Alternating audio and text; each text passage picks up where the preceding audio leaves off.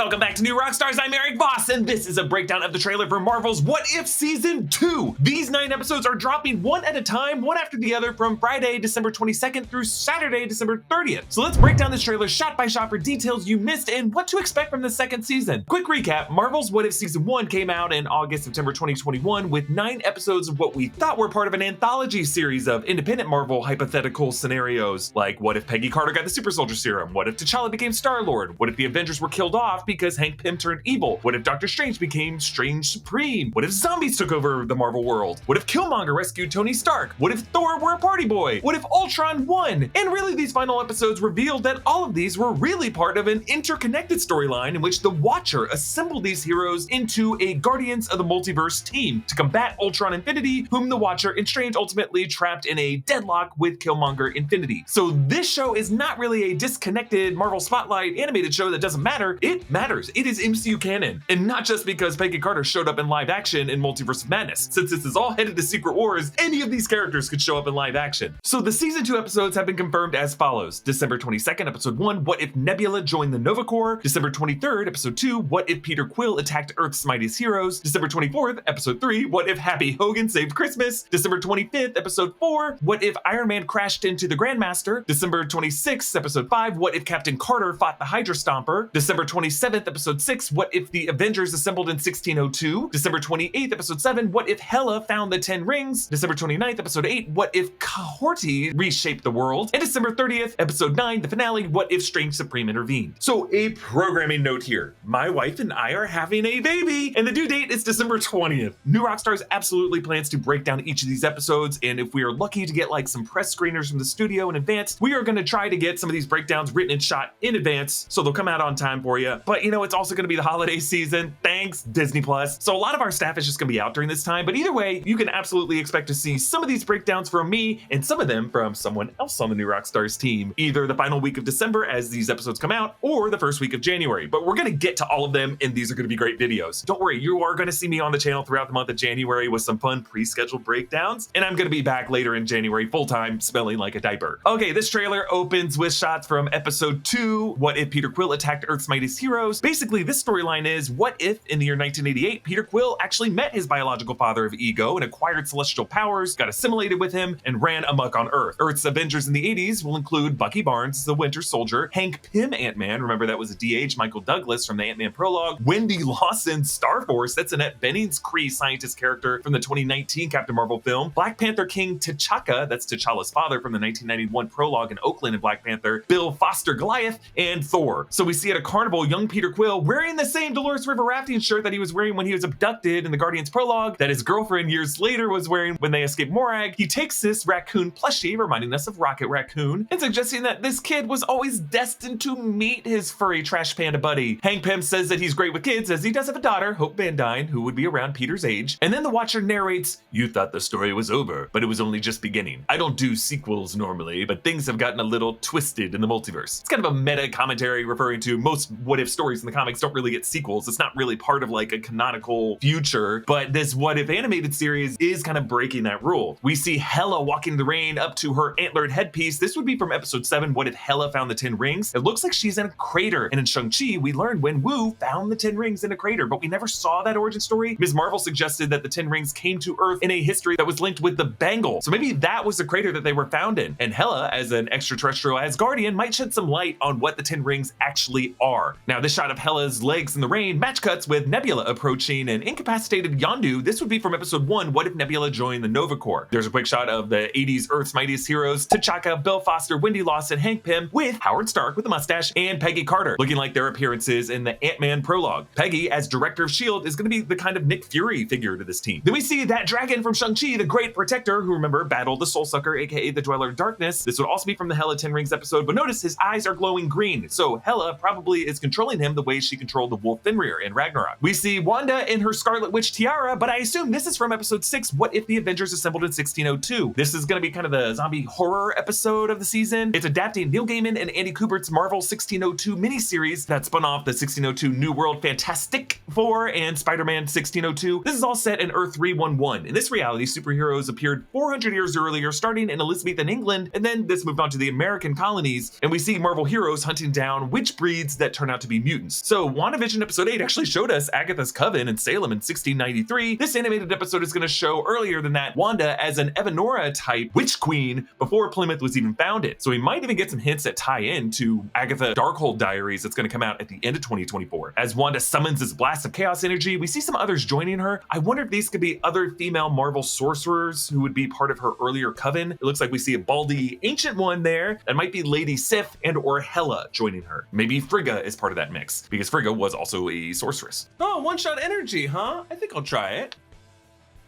Whoa! Oh,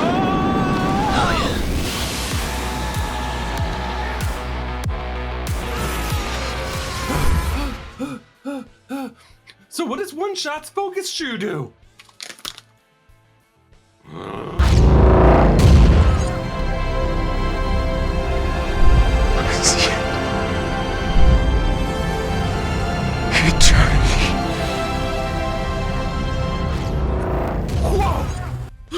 Whoa, so One Shot really is all you need. Begin your transformation with One Shot Energy today by going to oneshotenergy.com/newrockstars for 10% off your order. There's a quick shot of the Watcher back in that fifth dimensional prism through which he watches everything. This is where Ultron Infinity first turned around and saw him and broke through. Then some shots of episode 4, what if Iron Man crashed into the Grandmaster? The visuals are totally inspired by Mad Max Fury Road. It's a death race with Gamora and Tony Stark in makeshift Hulkbuster armor, Valkyrie in a car that looks like the cockpit of her ship in Ragnarok. She crashes that tall helmeted gladiator who showed up in the Party Thor episode last season, and we see Korg and a little rodent. The Grandmaster winks at his own statue, which winks back. This looks like it was actually from the episode that was planned to be in season 1, because remember, Gamora and Tony showed up looking like this in Nidavellir with Eitri getting the Infinity Stone Crusher in one of the later episodes. And then more shots of Peter Quill versus the 80s Avengers. I think Peter will do to Earth what Ego did to his planet and assimilate it into himself, because notice the Avengers are fighting an army of warriors made from dirt in the shape of Ego's Kurt Russell form. And remember, when they fought Ego in Guardians Volume 2, he kind of turned the rocks and the terrain of that planet into things for the Guardians to fight. Similar thing is happening here. Ego, Peter, and Earth all seem to be assimilated into one. And I just love the irony of that, because 80s Kurt Russell played McCready in The Thing, and go watch my deep dive of that film, because I explained why McCready was really the last human the alien would want to assimilate into its communion. More shots from the Hela 10 Rings episode, and then the Nova Corps Nebula episode, and then Wenwu and either Jinan or Ying Li team up to fight Odin. Then Steve Rogers uses his vibranium arm shields from Infinity War to fight Thanos in the jungles of Wakanda. Thanos here has all 6 stones, and in Infinity War, Steve was never close to him when he had all 6. Thor was the only one who got close to him at that point. This might come from the end of season 2 when like Strange Supreme intervened, because it looks like Steve is slicing the green time stone on the gauntlet there. So Strange might be looping back to this time stone centric moment. Okay, more from the 1602 episode. We see Elizabethan Hulk with facial hair, a hooded Ant-Man, and Elizabethan Cap fencing. Now, whether this is Steve or actually perhaps the 1602 Captain Britain Bill Braddock, we will see. I assume this guy's shield is going to bear the English flag, the red cross and the white field, because that's what it was back in 1602. It didn't have the blue field of Scotland until after Elizabeth died. We see Gamora taking Topaz's staff and Rocket hopping on the shoulder of a dark elf, Rocket wearing a sick bionic suit. This actually looks like the Collector's Vault, so it could be part of the Nova Corps Nebula episode. Strange Supreme intervenes as we hear, "I've been looking for you for a long time." And then there were time echoes, and we see Kahorti, and this is pronounced Kahorti, according to Ryan Little, who produced this episode. This episode is going to explore what would happen if the Tesseract fell to Earth and landed in the sovereign Haudenosaunee Confederacy before the colonization of America. Kahorti is a real wolf clan name, and it means she stirs in the forest, or someone who motivates those around her. She's going to join Captain Carter in the finale crossover episode as they face Hela in the shot. We see Kahorti with the powers of the Space Stone, opening a ton of Space Stone portals overhead. Killmonger from season 1 is going to return. He's going to factor into this finale, as will Thanos from some dimension. He's grabbing Peggy's shield here, and it looks like the stones are on the gauntlet, but he is not using them. So maybe he is here to help. Peggy carrying a 1602 sword, or maybe just the sword that she got from Red Skull's castle in the very first episode of the series. She reaches into this green rift to grab the hand of who I assume is 1602 Witch Wanda. The title puts Captain Carter beside the Watcher, so truly, Captain Carter, the Watcher, and Strange Supreme are really the main characters of this series. The trailer ends with Happy Hogan calling Darcy in the Christmas Eve episode episode 3, What If Happy Hogan Saved Christmas? I love it. It's a die-hard parody. Happy is in the vents like John McClane was. And remember, Iron Man 3 director Shane Black was known for action movies set at Christmas time, like Kiss Kiss Bang Bang, the 2005 movie that definitely resurrected Robert Downey Jr.'s career and was really what got him the role of Iron Man. Instead of Nakatomi Plaza, Avengers Tower has been overtaken on Christmas. Presumably the terrorists who overtook it, maybe the Ten Rings, maybe Hydra, or maybe with the several drones putting a Santa hat on the A logo. These could be the Iron Legion drones and Ultron who overtake the tower. Happy's just the guy in the wrong place at the wrong time. He's stuck on the inside and has to save the day. And he's calling Darcy like John McClane called Reginald Vell Johnson's cop character Sergeant Powell, who also got that call while he was on a snack run. And then we see coming in at the last second to save the tower is going to include Iron Man, Hawkeye, Steve Rogers, I think. And I think that's Natasha in a ballerina tutu. We know she can dance ballet. She might have been performing in like a Christmas production of the Nutcracker. And speaking of Jon Favreau Christmas stories, one of the pre-shot paternity leave breakdowns we're going to have planned is a breakdown of 2003's Elf that was directed by Jon Favreau. It's a movie I rewatch every Christmas and was arguably the movie that proved to Kevin Feige that Jon Favreau could make Iron Man a hit. Again, more details to come on when exactly we will break down each of these episodes of What If Season 2 and who's going to be doing them, but I'm so excited for this season and to watch each episode with my little baby in my lap. Follow me on all social platforms at EA Voss. Follow New Rockstars. Support New Rockstars by grabbing one of our Loki-inspired shirts at nerdriot.shop. Thanks for watching. I'll see you next time. Bye.